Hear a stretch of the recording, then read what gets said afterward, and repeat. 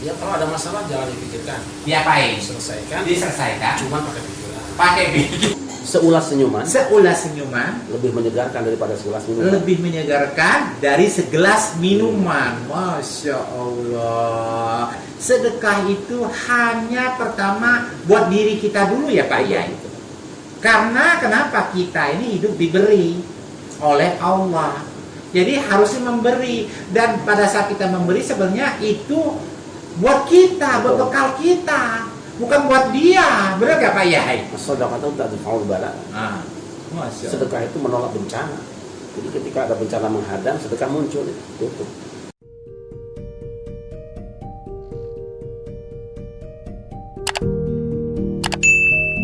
Bismillahirrahmanirrahim. Assalamualaikum warahmatullahi wabarakatuh. Masya Allah. Alhamdulillah.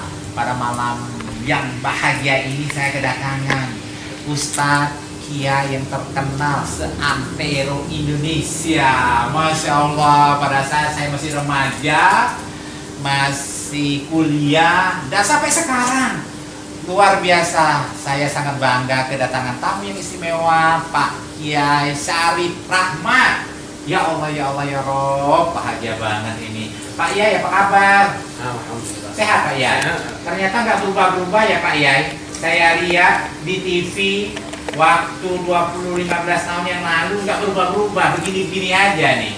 Karena tidak pernah mikir. Masya Allah, nggak pernah mikir gitu kan ya. Terus?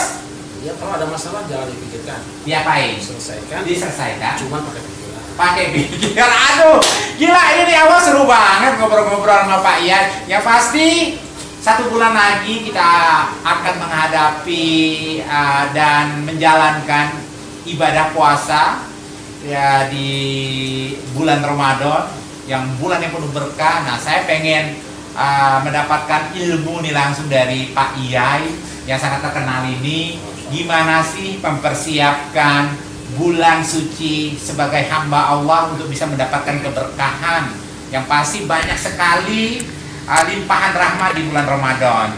Jadi bagaimana kita sebagai anak muda ataupun sebagai umat Islam mempersiapkan untuk bisa bagaimana kita mengumpulkan amal kebaikan dan amal ibadah yang luar biasa di bulan suci Ramadan ini. Pak Iyai, sekali lagi salam hormat saya, salam bangga saya udah datang menyediakan waktu melangkahkan kakinya ke rumah saya atas izin Allah Subhanahu wa taala. Terima kasih juga Kopi dan Kopi. Ya Allah. Aduh, pokoknya gue deg-degan yang namanya ngobrol-ngobrol sama Pak Iyai ini karena ini panutan banget. Teman-temanku semua, pokoknya simak pembicaraan saya. Seperti apa harusnya kita sebagai umat Islam ataupun hamba Allah mempersiapkan ibadah kita di bulan suci Ramadan yang tinggal 1 bulan lagi, yang bau-baunya sudah masuk di sini sekarang. Seru kan? Baunya bulan Ramadan itu sudah ada sekarang. Yuk kita dengar bagaimana persiapan kita dan apa kiat-kiatnya dari Pak Kiai Syarif Rahmat ini memberikan ilmunya kepada kita semua. Simak pembicaraan saya. Pak Kiai, ini kan kita nggak terasa hampir 28 hari lagi kita akan berpuasa nih Pak Kiai. Jadi sebagai anak muda ataupun umat Islam, kita ingin sekali untuk bisa menjalankan ibadah suci ini dengan penuh hikmat ya, seperti itu. Mungkin saya ingin mendapatkan advice atau nasihat dari Pak Yai. Persiapan apa sih yang mesti kami ataupun kita lakukan untuk bisa menjalankan ibadah puasa dengan penuh rahmat ini, Pak Yai? Pasti akan berbeda sikapnya tergantung tamu yang datang. Masya Allah. Kalau yang datang tamu itu meminta-minta, dia akan melihatnya sebagai gangguan. Kalau tamu yang datang itu menghibur, dia pasti akan menyediakan sebagian dana karena ada pasangan dia.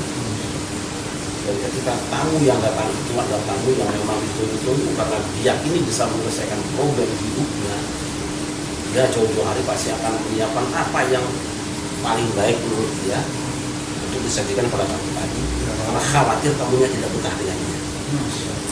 yang bisa. Nah begitulah orang yang beriman. Selama 11 bulan itu kan kita nyaris kalah perang dengan setan dan hawa nafsu, kalah terus. Dan mereka yakin benar satu-satunya yang bisa menjadi pemimpin perang untuk mengalahkan setan dan hawa nafsu itu hanya Bang Roma. Wah, apa coba Ramadan. Ramadan, ya Allah. Maka ketika mereka meyakini bahwa ini sang pemimpin panglima angkatan perang ini akan datang, apapun akan dilakukan yang menurut dia itu kira-kira pantas untuk dipersembahkan kepada Ramadan. Dan mereka tahu karena sudah belajar sama ini. Ramadan itu gak butuh banyak-banyak amat dari kita. Apa tuh Pak ya? Hanya minta 3 dari kita. Apa tuh Pak ya? Dan 3 itu merupakan penyakit kita. Iya. Penyakit yang selama ini telah menghancurkan bangsa-bangsa terdahulu. Jadi kata para ulama, innama halakal ladzina kafaru bi kasratil tu'an, kasratil manam, kasratil kalam. Kehancuran generasi terdahulu itu karena mereka lomba dalam 3 hal atau memiliki tradisi 3 yang rusak. 1, kasratul tu'an, banyak makan. Yang kedua, kasratul manam, banyak tidur. Dan yang ketiga, kasratul kalam, banyak bicara. Pakaian ayam, pakaian merem, pakaian gunung. Ini kata orang Jawa. Jadi orang Islam pasti tahu, sadar kalau ingat ini. Ini 3 penyakit ini telah sukses menghancurkan generasi terdahulu. Kalau kita baca semua itu hancurnya kalau 3 ini. Contoh awal saja, Adam dan Hawa jatuh dari surga itu hanya kalau urusan makanan. Bukan yang lain. Tuhan bilang jangan dekati pohon itu. Fa'akala, mereka makan. Jatuh. Rumah tangga yang bahagia di berantakan, fasilitas yang serba ada juga jadi hilang. Bahkan mereka sempat disintegrasi rumah tangga. Bisa kita bayangkan kalau sebuah bangsa telah terlibat dan terlibat korupsi, hancur. Itu kan yang dilakukan Adam itu karena makanan itu kan, kalau bahasa hukum kan korupsi kan, mengambil sesuatu yang bukan menjadi bagiannya, jatuh karena faktor makanan. Yang kedua, saya kira kalau dulu nggak usah dicontohkan. Iya.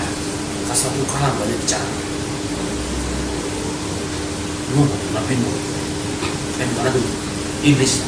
Ketika iblis tidak mau sujud kepada Adam, tidak menerima keturunan Adam, tidak hormat kepada presiden Adam yang pertama di surga itu nggak ada hukuman. Tapi ketika diinterpelasi, jadi tanya sama Tuhan, kenapa kamu tidak hormati Adam? Dia bilang, mulutnya, anak khairun minhu, aku lebih baik dari dia. Di impeachment dia. Makanya hati-hati pemimpin kalau banyak bicara di impeachment. Kalau punya salah, nggak usah bicara, santai aja. Itu orang santai aja, dia mau orang santai aja terus selamat. Tapi kalau ngomong saya enak-enak aja dia jatuh nanti. Itu karena itu. Nah, Ramadan datang ini mampu menyembuhkan tidak penyakit, pasti sembuh, asal kata Ramadan kamu melakukan ini, memperlakukan dengan benar. Jadi 3 penyakit berbahaya: banyak makan, banyak tidur, banyak bicara. Yang selama ini kita banyak lakukan. Hobi kita sendiri. Nah, selama 28 hari ini menuju ke Ramadan, kira-kira ini sekarang bulan Sya'ban. Di bulan Sya'ban ini sendiri, yang pasti Rasulullah kita telah meneladani apa aja persiapan menuju Ramadan, yang memang Ramadan ini adalah tamu istimewa. Satu, seorang petinju yang profesional, dia hanya akan bertanding 12 ronde. Latihannya bisa 200 ronde. Benar. Berapa lawan yang harus dia kalahkan dulu, terus ditingkatkan tenaganya. Dia melihat lawan juga. Dia misalnya tahan pukul, dia bagus. Karena seorang petinju yang hebat, dia bukan cuma bisa tahan pukul, karena dia merangkul. Nah begitu orang yang beriman itu yang ada di bulan suci Ramadan, dia akan berhadapan dengan godaan setan. Walaupun katanya setan diikat, yang diikat kan tangannya, kakinya enggak. Iya.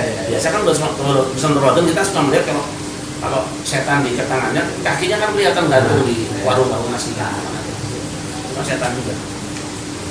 Maka jauh sebelum bulan suci Ramadan itu datang, orang yang sadar bahwa musuhnya itu berat pasti akan berlatih. Selain kemisnya puasa, hari putihnya 13-40 puasa, dan tidak ada satupun bulan yang Nabi lebih banyak berpuasa kecuali bulan Sya'ban. Semakin efektif latihannya, karena musuh semakin dekat. Seperti itu. Jadi kita mulai melatih untuk berpuasa di bulan Sya'ban. Terus janjinya Allah terhadap kita yang mempersiapkan puasa di bulan Ramadan, di bulan Sya'ban ini apa nih, Pak Kiai? Artinya balasannya ya, kalau ada di bulan Sya'ban kita berpuasa, biasanya mungkin teman-teman semua pengen tahu di bulan Sya'ban kalau berpuasa pahalanya pasti udah banyak juga ya. Ada satu malam yang khas di bulan Sya'ban, yaitu nisfu Sya'ban. Nisfu Sya'ban. Nisfu Sya'ban itu 16, di mana Rasul mengatakan, "Idza kana lailatul nisfu Sya'ban faqumu lailaha wasumu naharaha." Jika datang malam nisfu Sya'ban, bangun ke malam harinya. Jangan tidur. Karena kadarnya tidur ada. Dan puasa besoknya. Dengan satu keterangan kata Nabi, karena malam itu Allah menyiapkan ampunan kepada seluruh umat manusia sejumlah hitungan bulu-bulu kambing. Satu kambing berapa ribu bulunya? Lebih banyak daripada manusia. Satu manusia punya satu ekor kambing. Orangnya cuma satu, tapi bulu kambingnya. Dan satu hal yang menarik itu, gini bos. Ada satu hadis di mana malam nisfu Sya'ban, Rasul itu ziarah kubur. Ziarah kubur. Jadi kita kalau begitu pada saat nisfu Sya'ban dan seterusnya kita dianjurkan untuk ziarah juga ya. Nanti. Jadi malam itu Rasul itu diam-diam berangkat ke kuburan. Aisyah tahu. Ngintil dari belakang, ngintip gitu kan, ngintip gitu. Tapi nggak ketahuan. Pulang. Rasul tadi ngapain? Oh kamu ngintil tuh tadi ngintip ya. Biasa istri kan begitu, kalau istri muda suka ngintip-ngintip ya. Curigaan gitu. Ke kuburan Baqi, kemudian berdiri Rasul membacakan istighfar, mendoakan para sahabatnya yang sudah berpulang ke rahmatullah, para mujahidin, keluarganya di situ. Nah, penjelasannya kan, maka orang Islam di Indonesia mengganti bulan Sya'ban itu dengan bulan Ruwah. Kenapa? Karena malam itu Rasul mengunjungi arwah-arwah. Ruwah itu arwah. Iya, benar, di Sumatera di kampung saya namanya Ruwah. Ruwah kan? Iya. Itulah hebatnya bangsa Indonesia. Dia ganti istilah Sya'ban dengan Ruwah supaya orang langsung paham. Di bulan ini mestinya kita kunjungi arwah. Dan kita punya tradisi kan di Jawa ada nyadran, iya. ada kita berkunjung kepada orang tua kita, kerabat kita yang meninggal, itu kayak ya. Luar biasa. Ya Allah, ya Allah, ya luar biasa. Beda cara. Gitu ya.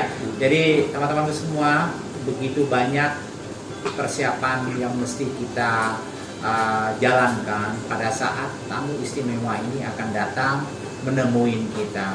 Yang pasti bulan Ramadan penuh, bulan yang penuh dengan rahmat yang harus segera kita sambut dengan rasa gembira. Pak ya? Iya, betul. Iya, kan ada hadisnya kan? Walaupun itu dikatakan hadis lemah. Man fariha bi khair Ramadan harramallahu jasadahu wa niran.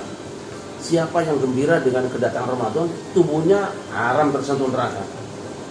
Cuma kan kita bisa nggak membuktikan gembira? Karena gembira kan ada ciri-cirinya. Saya tidak yakin bahwa kita datang Ramadan itu gembira, jangan-jangan susah juga. Kita membayangkan besok lapar nggak bisa makan pagi hari kan? Yang biasanya sarapan, jadi nggak sarapan. Tentu yang dimaksud gembira itu bukan gembira nyalain petasan. Saya kira hampir semua gembira orang ya. Hati itu rasanya senang. Betul. Gitu, kada di hati ya. Betul. Waduh, ini bau-bau Ramadan mau datang rasanya gembira. Yang punya warung di Tanah Abang lari. Rahmat ya. Bukan Pak, itu ya. gembira kan, bukan itu. Bukan itu. Atau charteran mobil jual. Ya bukan itulah. Itu Ya kan, Allah. kan bulan puasa itu suka ada tamu-tamu baru kan? Iya, iya. Tamu yang sebetulnya penggembira juga. Iya. Yang sebelum Ramadan nggak ada, tiba-tiba Ramadan ada kan? Orang Kaling, Timun Suri. Iya, iya. Tapi itu hadir. Tapi yang kebanyakan orang ya mungkin ya dengan keimanannya yang luar biasa, yang pasti menyambut Ramadan itu hatinya udah pasti seperti Pak Yai mungkin dengan iman yang luar biasa senang banget nih. Jangan fitnah. Pak Yai, saya kan melihat bulan Ramadan ini kan bulan sedekah juga kayak begitu kan, yang saya juga membandingkan terkadang di Mekah, di Madinah kita lihat para jemaah, para penduduk di sana itu luar biasa menyambut Ramadan ini. Pada hari-hari di bulan Ramadan itu mereka selalu menebarkan sedekah. Kenapa? Karena memberi buka orang yang berbuka puasa itu dapat pahala. Luar biasa Pak Yai. Nah, jadi saya pengen nih Pak Yai mengajak teman-teman semua kayak begitu kan ya, karena kita melihat bahwa amal kebaikan terutama sedekah ini luar biasa jadinya awalnya. Pengen tahu nih Pak Yai, sedekah di bulan Ramadan ini secara hadis dan dalam Al-Quran seperti apa sih keterangannya Pak Yai? Mungkin teman-teman pengen tahu Pak Yai. Ibadah sunat di bulan suci Ramadan nilainya menjadi seperti ibadah wajib. Masya Allah, ya Allah, ya Allah, ya Allah, ya Allah. Sedekah di bulan suci Ramadan sama dengan 70 kali lipat di luar Ramadan. Nilainya. Kalau misalnya sekarang kita berinfak di bulan Ramadan itu nilainya sampai 700. Nah. Ini lipatnya 70 kali berapa? 700 kali 70 gitu. Ya Allah, ya Rabb. Allahu Akbar. Masya Allah. Hanya saya berharap di bulan suci Ramadan ini infak kita jangan hanya terbatas memberikan buka puasa. Di bulan suci Ramadan mereka yang mampu berikan sebagian hartamu untuk jariah yang panjang pahalanya. Di Orang bikin masjid, berikan bulan Ramadan. Masya Allah. Ada orang bikin pesantren, setengah bulan Ramadan. Cuma terkadang kan kita lihat masyarakat kita nih Pak Yai, kalau sudah menuju hari 10 kedua itu udah mulai egois. Saya lihat itu Pak Yai, egoisnya itu udah mulai berpikir menabung uang sebanyak-banyaknya untuk bekal pulang ke kampung, bukan berpikir bagaimana bisa berbagi sedekah untuk banyak orang-orang yang susah. Betul. Ini yang mesti bagaimana ya Pak Yaya kita mengubah ataupun berdakwah kepada teman-teman semua, meyakinkan bahwa sedekah di bulan Ramadan ini memang dalilnya seperti itu, dan bagaimana mengajak mereka gitu. Seharusnya kan semakin tua bulan Ramadan semakin tua juga nilai pahalanya. Ibarat kelapa itu sudah banyak minyaknya. Tapi ini tidak. Kadang-kadang pikiran kita justru yang pikirkan bukan takut keburu habis Ramadan. Justru takut Lebaran nggak bisa ramai kayak orang lain. Padahal kadang-kadang Pak Yai sibuk menyambut 10 hari terakhir dengan urusan dunia, dengan show, beli baju baru. Padahal Lebarannya sehari. Padahal sudah setelah Lebaran tuh mau ngapain sih gitu kan ya. Kadang-kadang sibuk persiapan sampai 10 hari terakhir, tapi pas hari hanya biasa-biasa saja. Jadi apa ya? Benar nggak Pak Iya Yai? benar itu. Tapi kalau nafsu jadinya Pak Yai ya. Akhirnya Lebaran takut. Jadi bukan takut tidak diampuni dosa. Takut tidak dandan seperti orang lain. Iya benar Pak. Takut tidak segembira orang lain. Iya benar Pak Yai. Masya Allah. Padahal tujuannya katanya apa? Diampuni dosa. Ya Allah. Tujuannya Itu yang mesti kita dakwahin kuat benar ya Pak. Cuma kan bicara keimanan tadi, karena dunia ini silau bener. Pas 10 hari terakhir tuh diskon tuh di mana-mana Pak Yai. betul. Di mall, di Ramayana, di Matahari, di Plaza mana diskon gede-gedean. Nah sekarang sudah mulai lupa untuk ya Allah, terkadang kiri kanan depan belakang tetangga kita lagi susah cari duit, susah cari makan ya karena Pak Tapi Yai. kita bisa memahami namanya pertandingan tuh semakin lama ya penyisian banyak, finalnya paling 2 orang. Benar juga sih ya. Benar juga sih Pak Yai. Jadi kita berharap mudah-mudahan kita termasuk finalis itu. Kita termasuk finalis. Pak Yai, kalau kita bicara nih sedekah di bulan Ramadan nih Pak Yai, jadi memang sedekah bicara yang amal jariah berarti benar-benar itu mesti kita pikirkan untuk kita bisa infakkan, karena ya amal jariah di bulan Ramadan ke depan semakin kita hidup semakin panjang itu jadi amal jariah kita. Betul. Ya Pak Yai ya. Luar biasa. Nah kalau misalnya nih Pak Yai, menurut Pak Yai sendiri orang-orang yang seperti apa sih Pak Yai yang perlu kita sedekahkan di bulan suci Ramadan itu Pak Yai? Ada zakat fitrah itu konsepnya aghnuhum man ittawaf fi hadzal yaum. Cukupkan orang-orang miskin itu jangan sampai berputar-putar hari ini. Hari ini mereka harus seperti raja. Itu yang kadang saya kira kalau panjenengan yang mimpin gerakan ini, saya mau ikut. Mulai hari ini gerakan anak-anak muda, kamu cari orang-orang miskin, kumpulkan datanya. Nanti 10 hari sebelum lebaran, cek adakah anaknya punya baju baru, dia sudah punya ayam buat dipotong apa tidak, mampu beli ketupat atau tidak. Kalau tidak, aku yang bikin gerakan. Panjenengan bisa bilang gitu. Ya Allah, bener, ayo Pak, berapa ya. miliar sih? Ya Allah. Berapa duit sih itu? Kalau itu dibikin sama ikut. Ya. Jadi kata Nabi, cukupkan, pastikan mereka tidak ada yang berputar-putar cari bahagia ini. Maka kalau itu dilakukan,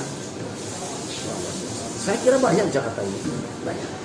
Kita itu mencari orang susah yang benar-benar nggak mampu, untuk bagaimana minimal itu kita membantu mereka untuk bisa apa istilahnya tempat beras itu Pendaringan.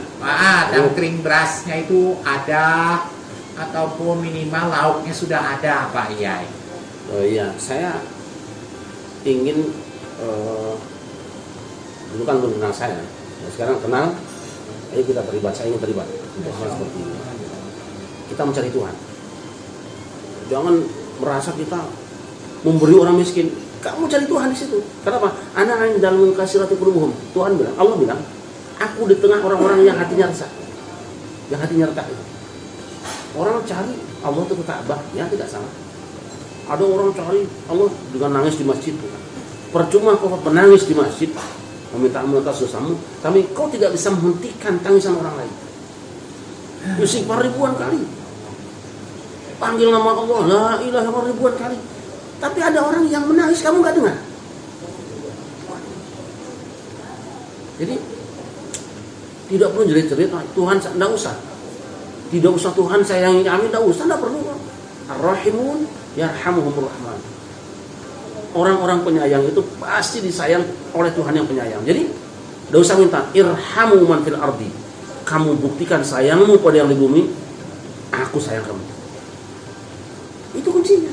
Ya. Jangan pernah kita berpikir bahwa kita lebaran nanti nggak cukup uangnya.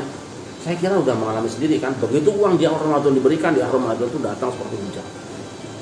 Orang kan berpikir kalau sedekah diberikan kemudian berkurang. Tidak. Begitu diberikan ditambah oleh Allah sebetulnya. Itu mancing ikan kok. Pancingnya segini aja ikan yang gede ya.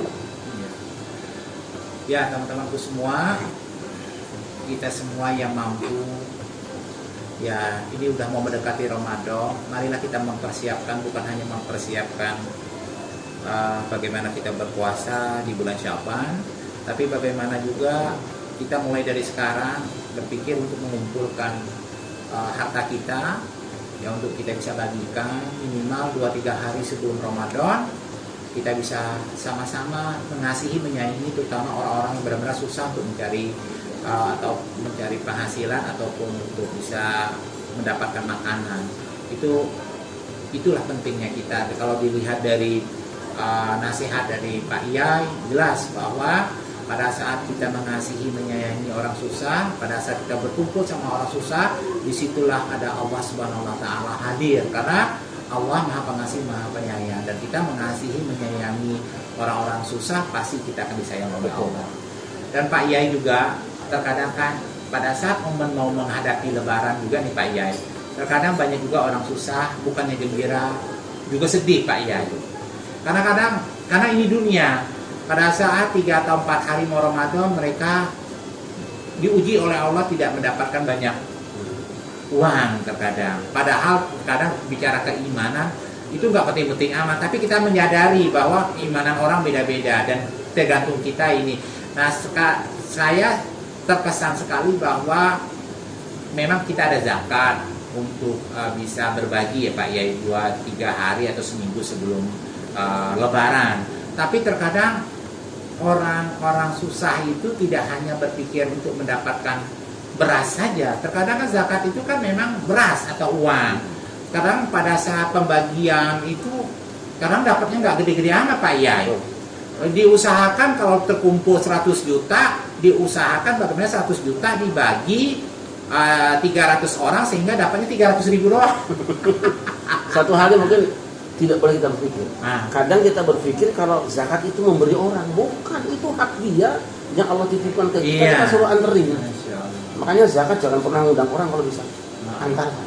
Saya kira besok panjenengan bisa bentuk tim, misalnya survei di sekitar sini berapa fakir miskin, kemudian kata kita sekian tuh anterin. Alhamdulillah. Jadi Pak ya, alhamdulillah, mohon ampun sekali lagi ini sharing gitu ya. Saya itu biasanya tak kumpulin Pak ya. Jadi para tunanetra, para fakir miskin, para janda, para mualaf itu kita kumpulin di satu tempat. Alhamdulillah, jadi kita bagikan ke mereka semua gitu. Saya kumpul kadang-kadang di Masjid Pondok Indah Pak ya di bawah, ataupun di tempat-tempat yang di restoran saya, kadang-kadang kita kumpulin mereka semua.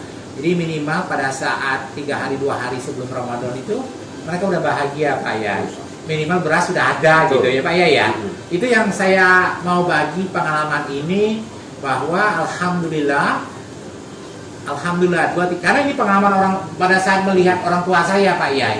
Jadi pada saat orang tua saya sedih 2-3 hari sebelum Lebaran nggak ada beras, nggak ada persiapan lauk pauk. Di situ saya merasakan bagaimana sekarang mereka yang mengalami celetukan orang tua saya, membuat saya itu jadi terharu. Dan alhamdulillah pada saat saya bisa seperti ini, saya lakukan itu Pak Yai, mengingatkan saya, dan hidup saya ya bisa begini pun karena memang bagaimana mengasihi menyayangi orang Pak Yai. Dan alhamdulillah juga 3-4 hari sebelum Lebaran pun kita lakukan itu juga Pak Yai. Dan saya pengen sekali mengajak teman-teman semua di sana, yang terpenting bahwa dalam suatu amal ibadah kita itu adalah sedekah itu menjadi bukti amal ibadah kita ya Pak Yai ya. Benar nggak Pak Yai kira-kira? Gimana keterangannya Pak Yai? Itu kan bahasanya sodako benar. Wujud benarnya imannya ada sodako di luar. Masya Allah. Bahasa Arabnya sodako kan benar. Dan juga banyak. Nanti kalau kita menikah misalkan ada mas kawin, itu sodukoh namanya. Apa? Bukti bahwa kamu memang cinta sama dia. Masya Allah. Jadi sodakoh itu bukti bahwa imanmu benar. Bukti iman yang benar. Iya. Itu sedekah. Salat hak Tuhan, ya sedekah hak manusia. Terus kan ada dalilnya juga Pak Yai, mungkin Pak Yai yang bisa ngasih. Cuma saya selalu ingat banyak sekali dalam hadis kali ya itu ya, bahwa begitu banyak teman-teman ataupun yang telah meninggal itu pengen balik lagi ke dunia, hanya sedetik saja ingin sedekah ya Pak Yai ya. Bukannya untuk puasa, bukannya sholat, bukannya zikir, tapi sedekah Pak. Gimana nih Pak Yai keterangan Pak Yai? Laula akhartani ila ajalin qarib fasaddaqu wa akum as-salihin. Begitu dia mati. Oh itu dalam Al-Quran ya Pak Yai ya? Lupa aku Pak Yai.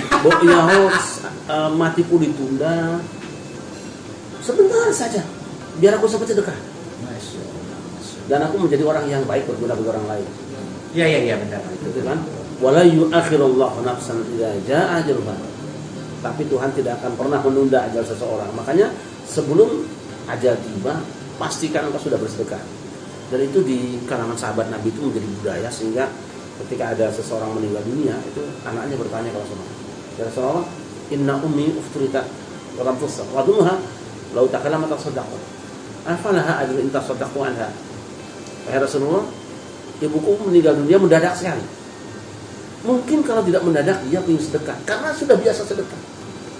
Dia tidak sempat sedekah karena meninggal mendadak, belum sempat sedekah hari ini. Kalau aku sedekah atas nama dia ada pahalanya. Ya, sedekahlah kamu, pahalanya buat orang tua. Karena tradisi sedekah hidup di tengah mereka. Kalau mereka tuh jago mencari, tapi lebih jago lagi memberi. Itu keahlian mereka. Sampai ada saking pinginnya sedekah itu kan. Nabi, saya punya kebun, saya ingin bahagiakan orang tua saya yang sudah meninggal. Ini kebun saya sedekahkan untuk beliau, pahalanya. Ada yang miskin namanya Sa'ad, keluarga Sa'ad. Dia pengen juga punya pahala. Dia tidak punya kebun yang luas kayak orang lain. Rasul tahu dia orang miskin punya sedekah. Ya Rasul, kalau aku sedekah yang paling baik untuk orang tua aku apa pahalanya untuk orang tua? Kata Nabi, sakti rumah. Bagi-bagi itu air sumur-sumur. Karena dia cuma punya sumur. Tapi begitu ingin yang bersedekah membahagiakan orang tua yang sudah meninggal dunia, ingin panen pahala, apa yang bisa dia sedekahkan, dia sedekahkan. Yang tidak punya pun ya Bisa. sudah. Air. Nah ini Pak Yai, kadang-kadang kan Masya Allah, terkadang kan orang tuh banyak lupa di saat duitnya sedikit, mereka itu berpikir ingin sedekahnya hanya uang saja. Tapi sebenarnya terkadang kita melihat bahwa baju yang nggak terpakai di lemari seperti itu, banyak sekali orang-orang susah tidak bisa pakai baju yang benar gitu Pak Yai ya. Terkadang sebenarnya nggak ada yang susah Pak Yai. Dari sekian banyak baju, dari sekian banyak sepatu, ataupun kompor, apalah yang barang-barang menurut kita kadang kita suka nyimpan, tidak pernah terpakai, suka nyimpan. Tetapi sebenarnya kenapa nggak dikeluarkan gitu Pak Yai? Itu sih yang menurut saya itu bagaimana memang sedekah itu tidak harus dengan uang yang banyak, tetapi dengan apa yang kita punya yang selama ini kita simpan, yang mestinya kita keluarkan. Nggak perlu kayak baju kaos yang kita pakai sehari-hari nih Pak Yai. Terkadang kan menurut kita baju seperti ini nggak ada nilainya, tapi buat orang susah bernilai benar Pak Yai. Betul. Dan ini sebenarnya kan Islam itu sangat longgar. Semua bisa bernilai sedekah. Kita diminta orang tidak bisa memberi misalnya, bersenyum. Jadi watabasmu ka fi wajhi akhika laka sadaqah. Senyummu di hadapan saudaramu karena bisa menimbulkan kebahagiaan itu adalah sedekah. Makanya saya sering mengatakan seulas senyuman lebih menyegarkan daripada segelas minuman. Lebih menyegarkan dari segelas minuman. Masya Allah. Kalau dikasih minum tapi wajahnya cemberut, Iya. tidak akan enak itu minuman. Manisnya pandangan lebih Pandangan. membahagiakan daripada semeja hidangan. Kalau di rumah saya gimana Pak Yai? Wah, ini luar biasa. Senyumannya oke, Ada pandangan ada, hidangan makanan. Alhamdulillah ya Allah ya Rabb, mohon ampun saya kepada Allah. Ya Allah, teman-teman itu semua seru sekali pembicaraan saya dengan Pak Yai Syarif. Masya Allah, Masya Allah. Pokoknya banyak sekali konten ataupun dagingnya dari pembicaraan ini. Yang pasti sedekah sangat luar biasa bermanfaat buat diri kita. Jangan pernah kita mengatakan sedekah kita itu adalah buat dia, bermanfaat buat dia. Sedekah itu hanya pertama buat diri kita dulu ya Pak Yai. Karena kenapa kita ini hidup diberi oleh Allah. Jadi harusnya memberi, dan pada saat kita memberi sebenarnya itu buat kita, buat bekal kita, bukan buat dia. Benar gak Pak Yai? sedekah itu tak difa'ul bala. Sedekah itu menolak bencana. Jadi ketika ada bencana menghadang, sedekah muncul. Itu. Dan ingat, sedekah juga harus karena Allah. Jangan minta didengar, dipuji, disanjung, dilihat gitu ya. Tapi terkadang Pak Yai, kadang-kadang kan biasa yang namanya teman-teman kan, kadang-kadang kita ngasih tahu ada sedekah, pamer, itu anak-anak muda sekarang. Jadi serba salah. Tetapi buat kita tergantung di hati kita. Pada saat kita membuka sedikit aja kita sedekah sama orang, sedekah itu nggak perlu dibuka. Nah, ditutup salah, dibuka salah, tergantung kamu aja deh. Tetapi hati kita tetap karena Allah. Quran in tubdu sadaqati ka'immahi. Nah, Fa in tukhfuha wa tu'tuha fuqara fa huwa khairun lakum. Kamu tampakkan sedekahmu, nggak ada masalah. Kamu sembunyikan, berikan pada orang fakir, dia itu baik. Jadi kita tidak ada urusan dengan mulut orang. Yang jadi urusan kita adalah mulut laki miskin. tuh, udah nggak sedekah, tapi julid, ya ibarat udah nggak sedekah, ngomongin. Aduh, yang penting sedekah, mau terbuka, mau diam-diam, semua baik. Yang paling baik itu adalah bagaimana kita sedekah sekarang. Betul. Betul. Dan saya ingatkan saudara-saudara saya mungkin yang sempat menyaksikan ini, kita diingatkan oleh seorang guru sufi dalam sebuah konten syairnya. Amalun li ajlin nasi syirkun tarkuhu lin nasi dzaka huwal balak sabahlala. Melakukan satu perbuatan karena motivasi manusia itu musyrik. Tapi meninggalkan satu amalan baik pun karena ada omongan manusia itu juga kerugian besar. Jadi nggak ada urusan sama orang. Orang muji kita jalan saja seperti ini. Orang caci juga biasa saja. Tidak ada. Karena kita nggak ada urusan. Kita sadar kita hidup karena Allah, kita berbuat untuk Allah. Betul. Ya, masalah pandangan orang itu urusan dia. Kalau dia berpandang negatif karena hatinya kotor dan pikirannya kotor, Pak Yaya. Ya. Dan kita nggak penting buat mereka. Apa kalau dia memuji amal kita kemudian dia ngasih pahala? Nah, udah dia nggak sedekah, udah dia motorin mulut dia, ya kan nggak penting. Dan teringat nggak penting buat kalian semua. Dan teringat kita nggak hilang 2 menit. Nah, iya. Nah, yang penting adalah berbuat, gitu. Teman-teman semua, sekali lagi luar biasa pembicaraan saya, begitu banyak dagingnya, tetapi balik-balik lagi.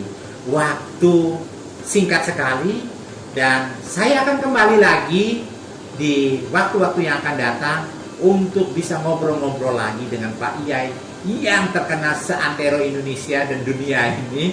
Dan kita tidak lihat keterkenalannya, tapi kita lihat adalah isi daripada kalimat dari seorang kiai yang berbobot ini. Luar biasa. Terima kasih Pak Iyai atas kehadiran dan silaturahminya di rumah saya. Semoga bisa memberikan keberkahan buat Pak Iyai, buat saya, dan buat semua yang nonton ini Pak Iyai.